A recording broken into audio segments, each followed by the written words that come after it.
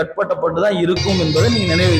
அது மாதிரி ந ந சி வா ய ந ம சி வா ய ந ம சி வா ய இது அப்படியே மாறி மாறி வந்துகிட்டே இருந்தா என்ன ஆகும் கேட்டீங்கன்னா, நமசிவாய என்ற மந்திரத்துக்குரிய நடராசர் அப்படியே நிற்பார்.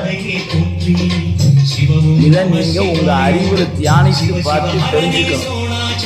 அதுக்கெல்லாம் என்ன வேணும்? கொஞ்சம் பொறுமை இருக்கணும், நிதானம் இருக்கணும், கொஞ்சம் முயற்சி இருக்கணும், ஆசை கொஞ்சம் இருக்கும். சாமி என்ன உன்னை எனக்குள்ள கொஞ்சம் பார்க்கணையா, இப்படிலாம் சொல்றாங்களே, நீ இங்கதான் இருக்கிறியாமா, கொஞ்சம் காட்டேன், நான் பார்க்கணும். அவங்க விருப்பம் உங்களுக்குள்ள வரணும். வந்துச்சுன்னா அவர்கிட்ட கேட்கணும்.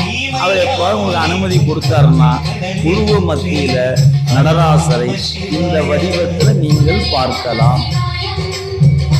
அவர் எல்லாருக்கும் உரியவர், நிச்சயமா எல்லாருக்கும் காட்சி கொடுக்கக்கூடிய பெருமானவர்.